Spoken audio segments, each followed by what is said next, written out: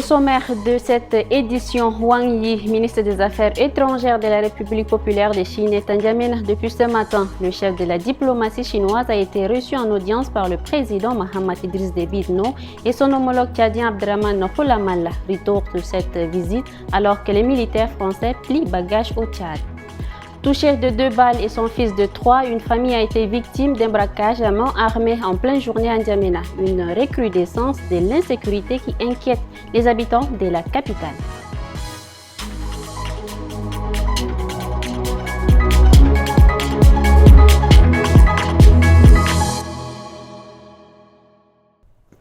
Bonsoir et bienvenue au journal de Tchad Info. Arrivé ce 8 janvier à N'Djamena, Wang Yi, ministre des Affaires étrangères de la République populaire de Chine, a tenu une séance de travail avec son homologue tchadien Abdrahmane Koulibaly. Ce dernier a salué les efforts de la Chine pour le développement du Tchad.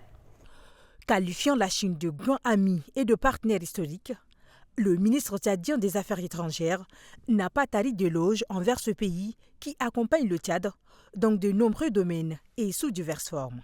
Votre aide est une aide concrète, une aide efficace, une aide qui va directement pour le développement en matière d'agriculture, en matière d'économie, en matière d'énergie, en matière d'infrastructure. Je ne sais pas si je peux m'arrêter en chemin pour citer toutes les aides que vous avez apportées pour notre pays.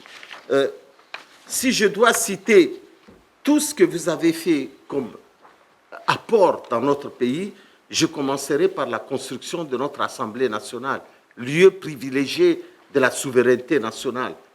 Dans un contexte marqué par le retrait de l'armée française et une volonté affirmée de renforcer sa souveraineté, le Tchad, par la voix de son ministre des Affaires étrangères et porte-parole du gouvernement, réaffirme sa préférence pour le partenariat Sud-Sud.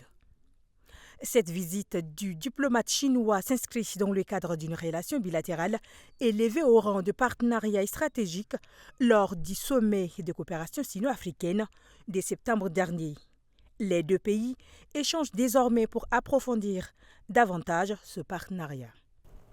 Avant cette rencontre, Wang Yi a été reçu par le président Mahamat Idriss Déby Itno. Les échanges ont porté sur le renforcement de la coopération bilatérale entre la Chine et le Tchad dans un contexte marqué par des tensions entre N'Djamena et Paris.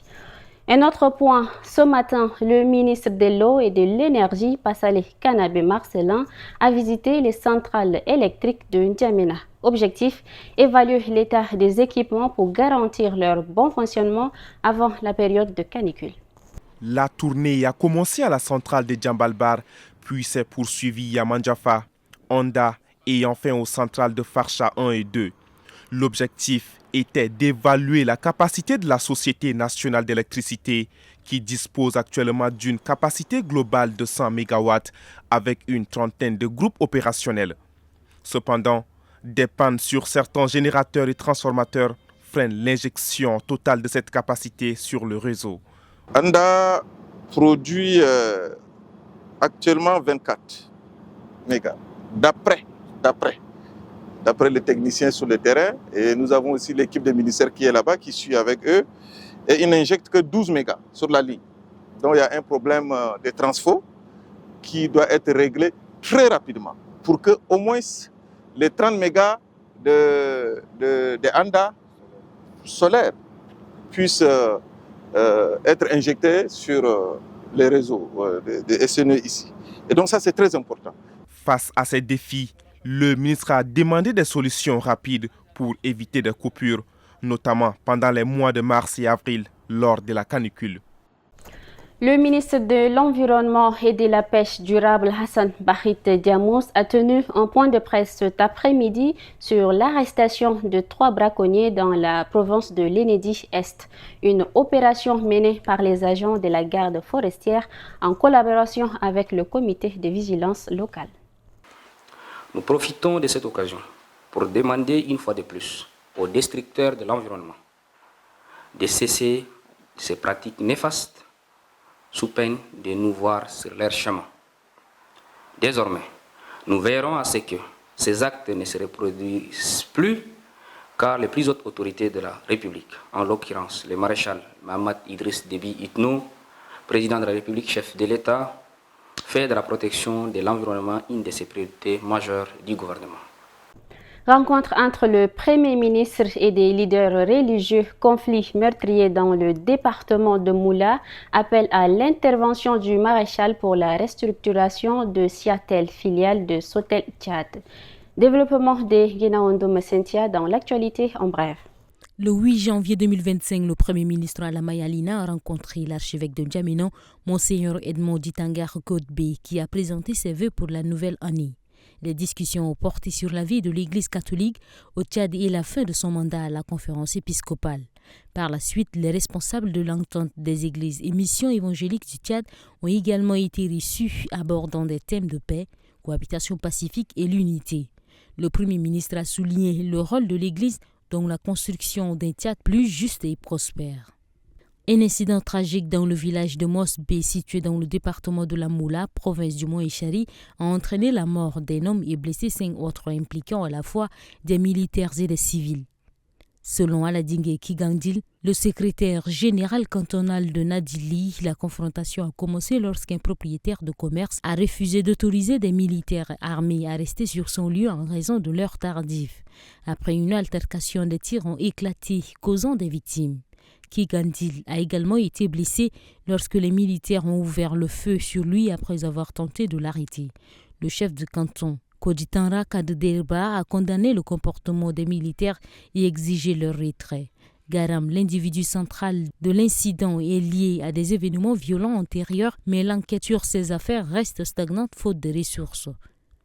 Les syndicats Synastic et Siatel du groupe Sotel Tchad ont tenu une assemblée générale extraordinaire pour aborder les crises persistantes au sein de l'entreprise et revendiquer des meilleures conditions de travail. Ibrahim Mamad Ousmane Tiam, président du personnel, a exprimé la frustration des agents soulignant l'inefficacité des efforts des autorités, notamment celle du ministère de tutelle, et a plaidé pour une intervention directe du président de la République. Tiam a mis en garde contre la dégradation de la situation au sein de Sotel Tchad et a appelé à des mesures urgentes pour redressement tout en insistant sur la nécessité de respecter le cadre légal et d'éviter les manifestations. Cette assemblée générale représente une étape cruciale dans la quête d'amélioration pour les employés et une restructuration de l'entreprise en attendant des réponses concrètes des autorités. Le 7 janvier, un couple a été agressé par des hommes armés après une sortie de banque. Les assaillants les ont attaqués devant leur domicile, accentuant le sentiment d'insécurité dans la capitale. Le récit avec Rassamordim Leila. C'est ici que le drame a eu lieu. Le 7 janvier, un couple revenait d'une banque a été agressé par des inconnus devant le portail de leur domicile. La femme a reçu 2 balles et leur fils, qui a tenté d'intervenir, lui a été touché de 3 balles. Un événement tragique qui reste encore vif dans la mémoire de la famille qui réclame justice. Je souhaite que la justice soit faite pour nous. Je veux que mon grand frère et ma mère retrouvent leur santé et les voleurs puissent être en prison aussi. Dans les rues de N'Djamena, ces incidents qui tournent parfois au drame font hausser le ton. Nous, on demande seulement au gouvernement de prendre sa mesure et assurer notre sécurité seulement. Dans chaque quartier et les marchés, il faudrait qu'il y ait des policiers dans chaque parage, quoi. À chaque fois, les policiers viennent en retard. C'est comme s'ils jouent le rôle de sapeur-pompier, mais ce n'est pas ce qu'on attend d'eux. Rien qu'en début de cette année, plusieurs cas similaires qui ont coûté la vie ont été signalés. Ce mercredi 8 janvier, la force multinationale mixte a organisé une cérémonie à Farsha pour récompenser les forces de défense et de sécurité ayant participé à l'opération Askanit dans la région du lac. Reportage de Focalbo, Absolon, Abakar Lambert, rendu par Alatarom Gislaine. L'objectif de cette cérémonie était de rendre hommage aux forces de défense et de sécurité ayant participé à l'opération Lake Senititu. En plus de la remise des médailles, elle visait à apporter du soutien moral aux familles endeuillées et aux blessés. Ce fut également une occasion de souligner le sacrifice consenti par ces soldats, comme l'a rappelé le ministre de la Défense, Issa Kamal Ouadjamous, dans son discours. Nous rendons hommage à la bravoure, à l'engagement et au sacrifice des soldats qui ont servi sous les couleurs de leur pays respectifs au sein de la force multinationale mixte. Grâce à votre solidarité et à votre travail d'équipe, vous avez contribué à renforcer les bases d'une paix durable dans cette région en proie à l'instabilité depuis plusieurs années. Cette cérémonie s'est conclue par l'inauguration d'un espace photo au siège de la force multinationale mixte, marquant ainsi la reconnaissance des efforts consentis par ces forces au service de la nation. Créée en 1994 par la République fédérale du Nigeria, la force multinationale mixte a pour mission de lutter contre le banditisme transfrontalier dans la région du bassin du lac Tchad et de renforcer la sécurité dans le nord-est du Nigeria. L'année 2024 a été marquée par des insuffisances en matière d'infrastructures sportives et sanitaires. Les attentes de la population pour 2025 restent nombreuses. Micro-trottoir de Guémé Moussa et Bonaventure Alombaye. L'accueil n'est pas tellement bien et on vient à l'hôpital, on dirait qu'on est un étranger à l'hôpital ou bien chez soi.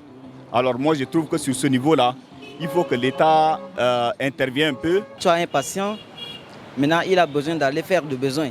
Maintenant on te demande de payer d'abord un 100 francs, un 150 pour aller te soulager. Donc j'ai constaté que cela n'est pas bien.